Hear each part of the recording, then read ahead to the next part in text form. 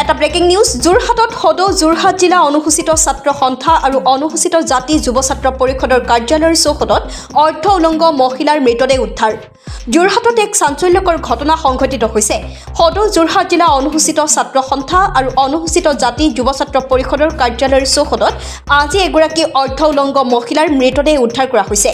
ঘটনাস্থলীত আৰক্ষী উপস্থিত হৈ প্ৰাথমিক তদন্ত আৰম্ভ কৰিছে তো খবৰ পোৱা নাই যোৰহাট থানাই ৰাতিপুৱাই জনাইছিলে আজি আনক্লেইম বডি এটা ইয়াতে এছচি বৰ্ডৰ অফিচৰ বেক সাইডে পৰি আছে বুলি এতিয়ালৈকেতো থানাৰ ফালতে কোনো ধৰণৰ কোনো যোগাযোগ কৰা নাই তো আমি আমাৰ কামখিনি আগবঢ়াই থাকিম আৰু থানায়ো নিজৰ এইখিনি কৰিব ইতিমধ্যে তাৰ মাজতে যদি কোনোবাই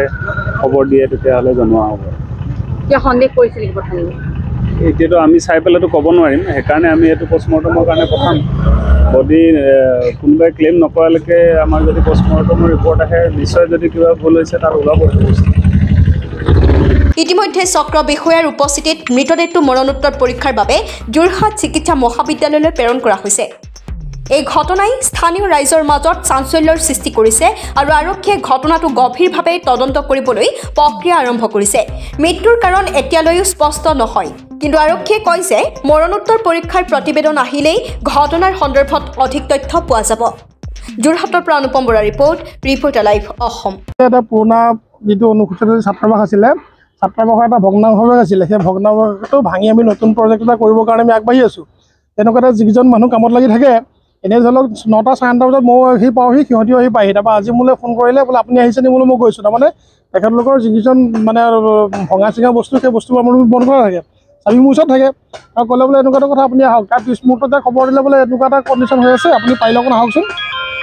তেতিয়া মই লগে লগে আহিছোঁ আহি দেখা পাইছোঁ দেখা পাই যোৰহাট থানাৰ আমাৰ সদৰ থানাৰ অচি ছাৰক মই খবৰ দিছোঁ তাৰপিছতে অচি ছাৰে কণ্ট্ৰল ৰুমত কথা দি পিনি মানুহজন আহিলে আহিলত সেয়া দেখিছে আপোনালোকে চকুৰে যিকি দেখিছে সেয়াই ধৰি লওক কালিও যিহেতু কাম কৰি আছে আপোনালোক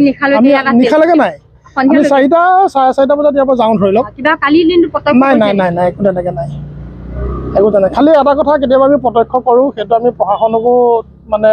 যিটো আপোনাৰ ৰাইডাৰ পাৰ্টি ঘূৰি ফুৰে তেখেতলোকক আমি অৱগত কৰিছোঁ যিহেতু এই কেম্পাছটোত আপোনাৰ আনচিকিউৰ্ড হৈ আছে আৰু আমি চিকিউৰ কৰিবৰ কাৰণে আমাৰ মাননীয় সভাপতি মহোদয় জাতি পৰিষদৰ কেন্দ্ৰীয় সমিতিৰ সভাপতি মহোদয় তথা দেৰগাঁও বিধানসভা সমষ্টিৰ মাননীয় বিধায়ক মহোদয় হয়ন ভালে আমাৰ সভাপতি হয় আমি তেখেতকো কৈছোঁ তেখেতে তেতিয়া গুৱাহাটীৰ পৰা আমাৰ যিটো জুলুগাছ ৱেলফেয়াৰৰ মানে মানুহ আনি দেখুৱাইছে ইতিমধ্যে গোটেই বাউণ্ডেৰী ৱালটোৰ প্ৰজেক্টটো বন্ধ কৰিবৰ কাৰণে বা চিকিউৰ পজিশ্যন কৰিবৰ কাৰণে সেইটো পদক্ষেপ এটা লৈছে মানে যিহেতু বস্তুটো মুকলিমূৰীয়াকৈ আছে ন আমিতো ৰাতি ধৰি লওক আমাৰ ইয়াত কোনো কাম নাথাকে আমি অফিচিয়েল কামখিনি কৰোঁ কৰি ধৰি লওক আমাৰ 4টা 4:30 বজাত আমি জেনেৰেলি গুচি যামগৈ তাৰ পাছত ধৰি লওক কেতিয়াবা তাৰমানে কাৰোবাৰ কথা শুনা হয় যে কোনোবা মানুহ ধৰি লওক ইয়াত মানে এই ধৰি লওক মাদক দ্ৰব্য সেৱা কৰে কিবা কৰে কেতিয়াবা আমি এইফালে আহিলে কিন্তু মাজে সময়ে কেতিয়াবা চাওঁ আমাৰ চকুত আজিলৈকে তেনেকৈ চকুৰে ঢকা পোৱা নাছিলে এইটো আমি তেনেকৈ পদক্ষেপ পাইছোঁ বয়স কিমান হ'ব মহিলাগৰাকী মই তেনেকৈ ভালকৈ পদক্ষেপ নকৰিলোঁ তাৰমানে এইবিলাক কথা অকণমান চাবলৈ বা হেৰি কৰিবলৈ অকণ নিজৰো দিগদাৰ লাগে ধৰি লওক তেনেকুৱাটো কথা